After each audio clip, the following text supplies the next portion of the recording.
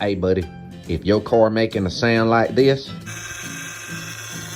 you might want to get you some power steering fluid and check out the Urban Conservative Podcast. Are you repulsed by the idea of drag queen story time at your local library, but enjoy Carol Baskin TikTok memes? Then you would enjoy the Urban Conservative. What up, what up, what up, ladies and gentlemen? It's Monday night. It's 8 o'clock. It's time for the Urban Conservative Podcast. I'm Addul Ali. That guy over there is my twin brother, Raheem Architect Soto. Glad to have you with us on a Monday night. As always, jump in the comments. Let us know where you're watching from so we can get you a shout out. If you haven't done so already, please go over to tuconservative.com. Get yourself a membership. Support the platform. You can also sponsor an episode. There's a little tab for you to do that as well. We really appreciate everybody jumping in to check out the show tonight. It's exciting times around these parts, bro. It is. We hope everybody had a wonderful, safe, festive weekend. Everybody got the weekend in one part. Not too much hangover medicine going around. You know, it was a wild weekend. There's some wild things going on around the county and around the state. There's been just nonsensical nonsense flying around for the last couple of days. But tonight's the night, folks. We've been looking forward to this episode. This is kind of a very special episode for us because a lot of times, especially in the communities of folks where their freckles are as close together as ours, we seem to think that there's this inability to get in touch with our elected officials and question them and quote unquote put them on the hot seat, if you will, and get in touch with them. So tonight's show is very special to us because the gentleman that's joining us tonight, we've seen ascend to where he's at, and the thing is, he's been a stand-up guy through and through since his name was brought up on my radar through my wife. She's had nothing but praise for this gentleman. He was an excellent boss, excellent leader in the community.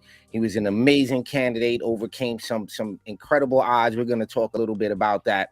But welcome to the show, ladies and gentlemen. Now Congressman for New York's 1st District, Nick LaLOTA. I need my air horns. Woman, how we doing? Oh, good evening, sir. Thank you so much for joining us here on the platform. We appreciate it. Thanks for having me on. I've been looking forward to this a bit myself, guys. I appreciate that. I appreciate the enthusiasm. And again, just on the outset, we want to thank you for taking the time, with everything going on in the country. And now I could imagine you're busy as ever. So we really appreciate you taking the time and just kind of jumping right in. How has things changed post, pre-election to finding out you won to now? Like, how have things changed? So what an honor it is to be trusted by Long Islanders in this very important seat at this very important moment in our nation's history. Right now, I'm sitting in my house office building, Longworth 1530. Just got done with a long day. Here it is Monday, our first day back in town. We were in town last week, went home for a quick weekend. Now we're back here, and it's an honor to be here to represent Long Islanders, Americans, to help ensure that our country remains the greatest the world has ever known. We have big challenges ahead of us. We campaigned on some strong issues. We said that we were going to put the economy back on the right track. We're going to promote public safety. We're going to protect freedoms. We're going to hold the administration accountable. That's our focus as a Congress. I have a special focus too, to help bring resources back home for my community on Long Island to ensure that Long Island remains a great place to live, work, and play. It's important to me, and it's an awesome, humbling opportunity for me to be the 1st District of New York's member of Congress. It's awesome to be on with you guys. Wow. Go ahead, Ali. Go ahead, fire away, bro. You're congressman. Here's the thing. I mentioned some of the insurmountable odds, some of the what would have seemed as insurmountable odds at the time. But have things sped up post getting the news? Like, what was that initial news election night like? Like, I know we were with some folks and we were excited and pins and needles, but what was that night like for you finding out, how things turned out? Yeah, so soon after I left the Navy, I got involved in government and politics, and my wife and I have been together for about 14 years now, and I've been involved in government politics for about as long. And I keep on telling her, okay, this is going to be like a calm part of the calendar. Don't worry. And it never turns out that way. It seems like every week, every month, it's action-packed, but we like it. We love it. We had a competitive primary, which we prevailed by, I think it was 19 points. We had a very competitive general election, but yet we prevailed by 11 points. That speaks to the folks around me who supported me, who trusted me, who carried my literature, who made the phone calls, who knocked on the doors, who stood in the shopping centers promoting our message. So thankful for everybody's support and that it worked out right. And on election night, I don't know if you remember back, Suffolk County's machines weren't quite working, or at least the upload, right? The upload wasn't working quite so well. So we didn't have the results right away. We had to wait till 2, 3, 4 in the morning, but you don't say. It was worth waiting for. We got the results early that morning. And of course, we and many others prevailed and are bringing our message to Washington to help put the country back on the right track. So was that a surreal moment though? Like that moment where you get the news like, yo, you're the guy. Isn't that like I could imagine, like, how is that though? So we all come to this with different perspectives. My perspectives, I served as a military officer for 7 or 8 years. I was a division officer and assistant department head on a couple of ships. Loved that job, the best job I ever had. I left it so that I could marry my high school sweetheart and start a family. We have 3 wonderful children, but I missed that job and I miss it quite often.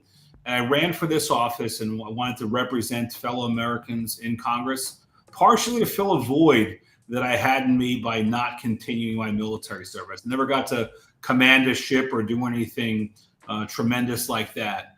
So to me, this is a small replacement for that journey I had to put on hold way back in 2007. I'm quite blessed to be able to be given this opportunity. Wow. Yo, I think that's a perspective a lot of people needed to hear from somebody who has a major part by having a vote in the U.S. Congress about shaping the direction of our country. And Congressman LaLota it was like Saving America was kind of the theme I saw my brother put up as the title here. A big part of that is what we heard on the campaign trail from Republicans like Dan Bishop and others, and yourself included, about energy independence. And as a matter of fact, that was what your speech was about, your first floor speech. So before we play it, I got to ask, how bad were the nerves? Because, being a command, you've public spoken. I'm sure you public spoke before, but this is the room, right? Like, I've been in the White House and it kind of freaked me out a little bit knowing what happened in there. So the lead up to giving the speech, what's going through your mind as you're going up there to give your first speech on the floor? So I tell you what, of course, don't screw it up, don't screw it up, don't screw it up, as the voice whispered in my head. I was more nervous during the first couple of votes for speaker. I voted for Kevin McCarthy. But for the year prior to coming to Congress, I was the chief of staff to the county legislature. And the presiding officer, my boss, his name is Kevin McCaffrey. So I was so nervous the 15 times I stood up and said Kevin McCarthy on the House floor that I was going to slip and say Kevin McCaffrey. Shouts out to Kevin McCaffrey. That I didn't screw that up because, of course, that was on national TV with tens of millions of Americans watching. The floor speech I gave on C-SPAN, not as many people, I don't suspect, have seen that yet. But yes, it's something to be taken very seriously, to be delivered with the right amount of accuracy and confidence. And I'd be lying if I said I didn't rehearse it a couple of times before I went to the floor. All right, ladies and gentlemen. What is it, Ali? I got one question. What does that room actually smell like? Like, what is it? I have this idea in my mind that it smells like oak. So yes, the furniture, I guess, if you put your nose to it, might smell rich and mahogany-ish. The room itself doesn't have much of a smell, but it definitely has an aura of greatness in it. Many things have happened in that room. Wars have been declared in that room. Other monumental governmental things have happened in the United States House of Representatives on the floor. So the first time I walked in during orientation, I was definitely awestruck. And I don't usually get awestruck amongst people, at least. I've met presidents. I've met other, actors, athletes, and whatnot. It's an honor to meet folks like that. But I never got to a point where, my heartbeat changed or my jaw dropped. It did the first time I walked in the House floor. I was an extreme honor and opportunity for just a chubby kid from North Bayshore to be elected to Congress and to be able to cast votes on the House floor. Tremendous honor for me.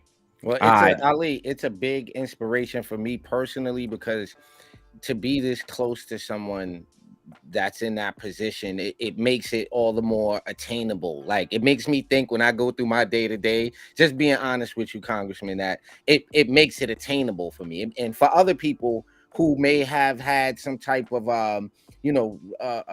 let's just say they didn't have it easy coming up and things seem insurmountable, I just really appreciate you for being an accessible inspiration to so many people around here. I've heard that repeated over and over again, how easy it is to get in touch with Nick. He hasn't changed a bit. He still picks up the phone. So I have to give you a big kudos and give you your roses for that right now.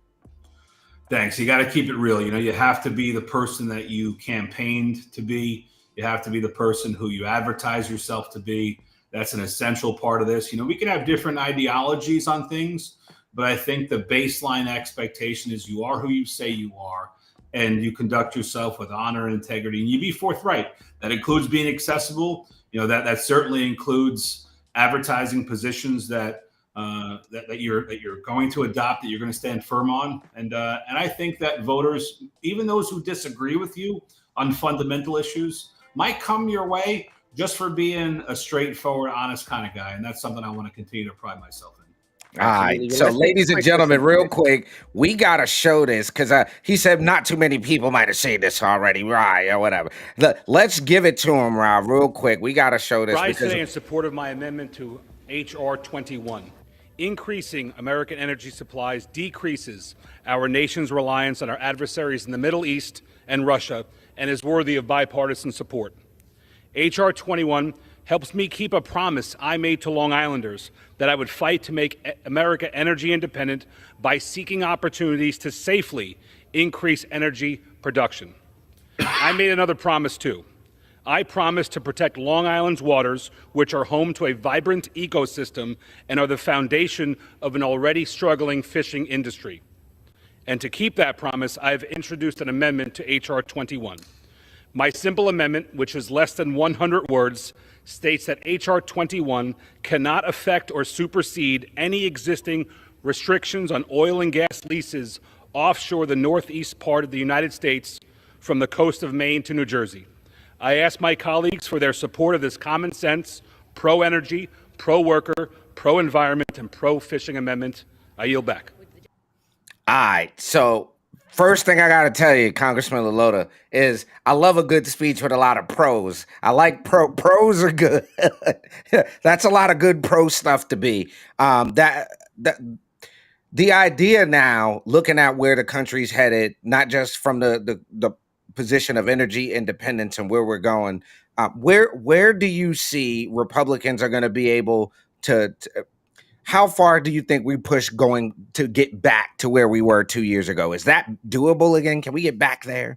So we've made that argument to the public. We said, if you elect us to the House of Representatives, we will do more to extract American energy than we will to import it from places like Russia, the Middle East, and Venezuela. Places and people who often disagree with our way of life and sometimes have been at war with us. So we think it's more prudent. We campaigned on becoming more energy independent. We as a nation are sitting on 43.8 billion barrels of proven oil reserves. That's more than a 20-year supply of energy, of which we know about right now. And I think that, to your question, we should continue down this path of ensuring that we safely extract those resources here in this country, because it's better for our economy. It's certainly better for our national security, and it's better for our environment. The oil, the energy is going to come out of the ground somewhere. It's much better to have it come out of the ground here, where it's more highly regulated and it's done in a safer fashion than those other locales I mentioned earlier, who don't have the same oversight, who don't have the same restrictions and regulations, who don't protect the environment when they're taken out of the ground. It's one earth that we have to protect it. And it's much better from an environmental standpoint than when energy is taken out of the ground, it's taken out under U.S. purview. Can I ask this question? Who does energy, from the best of your knowledge, who does energy the best around the world? Americans. I mean, American energy companies do it cleanest, most efficient, it's the Americans who have led the way for decades on this. All right, I gotta throw a term at you before we go to this quick commercial break. Since we're talking about this, climate equity. What do you think when you hear that one? Climate equity. What does that do? Or climate justice. So pick one. Yeah. So the left, makes us, a little bit agitated on things like this at times. And what's unfair and unbalanced about their approach to it is that they would have us here in America live under a regime where we can't extract our own natural resources, while other nations like China are spewing pollutants in the air all the time. We are one globe, we are one world, and it doesn't really make much of a difference if we in this part of the hemisphere are doing one thing, but 95% of the remaining world's consumers are doing nothing about it. This does need to be tackled from a worldwide perspective, and absolutely China needs to be held accountable along the way. Factamundo. Ladies and gentlemen, right around the 18-minute mark, you're checking out the Urban Conservative Podcast. It's a Monday night. We're kicking it with Congressman Nick LaLOTA, New York 1 in the building, literally in D.C., in the building, as it were. We're going to take a quick commercial break. We'll be right back on the Urban Conservative Podcast. Don't go nowhere. Tell a friend. Share it. Just because you're black doesn't mean you have to vote Democrat. This year, in order to see benefits for our communities, we need to vote outside the box. Find out more by visiting us at tuconservative.com.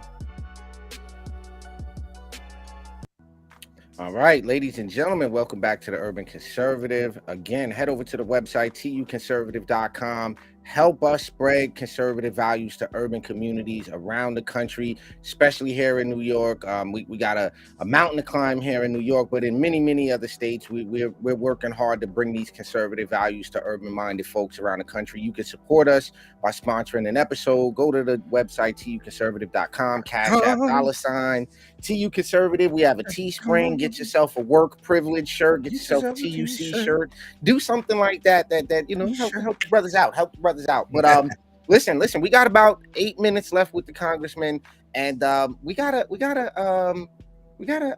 go or no go round coming up. But before we get to that, Ali, let's deal with the treatment of veterans here, and you're working and helping our veterans, and why that's so important. My brother being a veteran, you guys being veterans, how important is it that we continue to support our veterans, especially here in New York?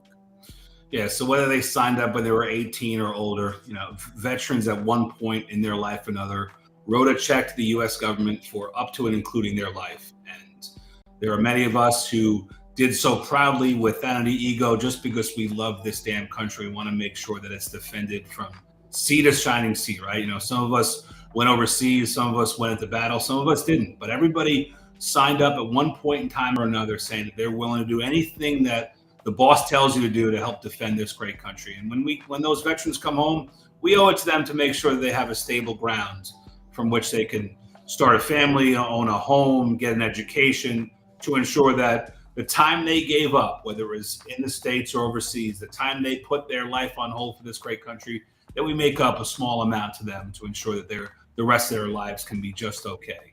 And proud to have been selected to be on the House Armed Services Committee, as well as the Homeland Security Committee, the Small Business Committee. But that first one in particular, the Armed Services Committee, gives me a tremendous opportunity to ensure that our men and women in uniform, when they're going to the next conflict, have the resources, the policies they need to succeed in that conflict and to come home safely. It's awesome to have served as an officer in the military and alongside some of the brightest, strongest, most patriotic men and women. And now from a policymaking perspective, and our government spends $900 billion on defense, at least we did last year, that those resources and the policies that are shaped around them are the appropriate ones for our men and women in uniform. Nice. He mentioned the Homeland Security committee, and this border's out of control. Is it being hyperbolic to say that we have a virtually an open border? Is this this is just rhetoric, or I mean, with the numbers that even that's on your Twitter, you know, the latest statistics. How real is this crisis? From now, you know, being directly, like, how real is this crisis? Yeah, it's real, but you don't have to trust my word. You don't have to trust the data that's widely available and verified. You just have to look in every community throughout the country. It used to be that the border issues are really only an issue of border states, but there are two things which have made now New York State a border state. Be it we're 2,500 miles from the border, we are a border state for two reasons. One, this administration's tremendously lax border policy, which has made it so loose, it's like Swiss cheese. Folks can come through all the time. They could bring their weapons, their drugs, illegal human trafficking. It's terrible. But the second thing that has made New York a border state is the blue state sanctuary city policies, which have prevented local law enforcement from cooperating with federal law enforcement on immigration issues. It's the combination of those two which has led to this issue spiraling out of control. Proud to have been named onto the Homeland Security Committee. We're going to do a trip down to the border here real soon to put our eyes on those issues. Now, listen, I know the term wall triggers some people. Whether it's a wall, a fence, or some other physical barrier, we need to be able to seal that damn border already. It's a simple thing. If you had crime coming onto your property all the time, you'd probably have your property fenced in, right? Right. Something exists on the southern border, and we should get that done right away. Look, real quick, Ross, since you brought that up, and Congressman, at 2 points. One, I had the chance to meet and work with a guy named Christian Castelli, who ran for Congress down here, Lieutenant Colonel Fulbert, Army Colonel, combat vet. And he had made some trips down to the border, and some of the things that he said, that he told us about stories, not just people right on the border, but American citizens that are 30 miles away, 20 miles away, that have properties that these coyotes bring people through and have people dying on, and their children going out to the school bus and finding dead migrants. You know, all of these things that happen there, it's definitely real. And I can say that I think it's really important to have veterans on a Homeland Security Committee like that. So that's awesome that you got on there. Before we, you got a question? Well, I kind of wanted to add, so looking at where we are from this border perspective and getting the border problem fixed, when you have states like California that are basically giving illegal immigrants driver's licenses, allowing them to become police officers, they're passing these state laws that are essentially just saying, you know, basically screw the Constitution, screw it. What do we do to fight against that? Is there, like, what do we do there?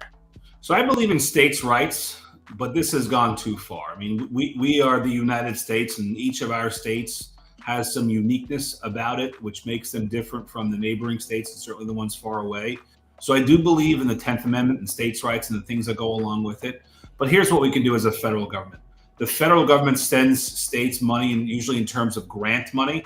We can condition some of those grant funds on ensuring that we have cooperation on the enforcement of our federal immigration laws. It's just bad business to have our rules and regulations as a federal government and to be sending states so much money while they not only turn a blind eye to federal immigration law, but they do things to induce illegal immigration. I think it's important that we make that wrong right. And one of the things is strings attached to the money that we're sending some of these states with some of these wacky policies. Right, because in my mind, you know, that's a Homeland Security. We just covered on this morning's morning show, you know, a guy here illegally in Jersey killed 3 people. You know, they released him because of these, like you said, these blue policies, you know, these catch and release and low bail and no bail policies. It's really a national security interest when Americans are dying. So, yeah, what you got, bro? I got it because we got a little bit of time left, right? I have to ask this question. Have you ran into AOC? Have you seen any of these people in real life yet? Yeah, we see each other. Is it true? I'm just asking. Is it true that their heads are really like abnormally big in person? Is it true? Like, you know, like they got the Hollywood thing. Right, like you can't ask him that. I'm sorry. You know how you see an actor and they like, yo, his head was like really big. Like he has like this massive actor head. I always seem to think these people. I don't know. I'm sorry, you cut out. I couldn't hear the question. All right. Anyhow, I had to try. It was worth a shot. All right. So look, we got a few minutes left, ladies and gentlemen. We're kicking it with Congressman Nick LaLota, New York 1, in the building, doing some amazing things for the American people, for veterans. It is not your first run around here on the Urban Conservative, so we switch things up. We got a little lightning round because part of what we do here is we want folks to know. It's good to know these elected officials. We know the policy stuff, and we get that, and we agree, but we want people to know who you really are. So today we're going to kick it. It's a little something called Go or No Go. Ra's going to read off some things. You got to let us know go or no go. Here we go. All right. Go or no go? Fruit on pizza. No go. Long Island. What are we talking about? Fruit on pizza. Okay. No go. There. We're talking chicken, right. Maybe some pepperoni, maybe that, but fruit. Go or no go? 12-hour drive to see the world's smallest pencil eraser. I can do a 12-hour drive. I got some truck driver blood in my blood. I ran a trucking company. I could do a 12-hour drive, whether I'm going on a race or not. I don't know. No. You got to hear the question. A 12-hour drive to see the world's smallest pencil eraser. All right, so no go. No, not going to say that. 12 hours now. Right. Go or no go? Lady Gaga in concert covering Frank Sinatra's greatest hits. Don't subject me to that. No go. Go or no go? Flip-flops with socks. No. Stop. My daughter is on this kick. And I said, what are you doing with that? No go. No go. Okay. Crouton scented candles. Why can't we mix them? I'm a go. Okay. Sounds okay. Good. Garlic go vibe. Or no go? Any Rocky movie as a play performed by the cast of Cats in full cat theme. Why are we ruining good things? First you want to ruin Sinatra, now you're trying to ruin Rocky. Here you go. See Rocky, the movie, as a play performed by the cast of Cats. No go. Okay. No go? Okay. No go. Okay. 80s rock star themed Halloween party. Go or no go? Oh, let's do it. Go. Okay. Let's go. Okay, that's a go. The following statement a go or no go? LeBron is the GOAT. No, come on. We talked about this last time. Michael Jordan's the GOAT. It ain't LeBron. He's got 6 rings. This is a no go. Yikes! No go. No go. Cher starring in a remake of Flashdance. All I heard was Cher. I'm a no go. All right. How many more you got? Go or no? Are you going or not going? Joe Biden is driving. No go. But you know what? No, he would. I'll give respect to the president. I'll keep that no go, please. Okay. He said, respectfully, no go. No go. All right. He's won. Ali, the round is up. All right. You won this round of go or no go. The screen is yours, Congressman LaLota. Talk to the people. The floor is yours, sir. Thank you, gentlemen, for what you're doing to get this good word out there to ensure that folks have a large availability to our message, to ensure that we have a strong government, one that protects freedoms, one that is sustainable for future Americans. We are the greatest country this world has ever known. We've been that way for almost 250 years now. But we got to all work together to ensure that that is the reality for the next couple of generations. Proud to be New York's 1st District's congressman. Proud to know you, gentlemen. Thanks so much for having me on this show. Look forward to get invited back again so we can talk some more. And we'll do go, no go, or whatever else. And you guys are. Thank you, sir. Thank you. Let me let the folks know really quick. As you can see here on the Twitter page, if you have any questions and you are in the congressional district, you can call the Suffolk County office at 631-289-1097, or you can visit lalota.house.gov. That is LALOTA.house.gov. Anytime. Constituent services, including your VA benefits, tours, passports, flags, Social Security, IRS, federal grants, Medicaid, or Medicare. Your congressman is here for you. Again, call his office 631-289-1097. And real quick, shouts out to Lauren and your whole team, man. They're really responsive, awesome folks. We really appreciate it. Congressman LaLota, for my twin brother, I have to thank you so much for taking the time out. It's been a pleasure, man. We appreciate you. We'll be in touch. We'll get you back on the show. And anything you need from us, you got it. Anything we can do to, to be supportive of the agenda, and anything folks need to know, get it to us. We'll get the word out there. You guys are great. Proud to know you. Thank you, Congressman. Appreciate it. Ladies and gentlemen, you have been kicking it with us on a Monday night here on the Urban Conservative Podcast. We've just been talking with Congressman Nick LaLota.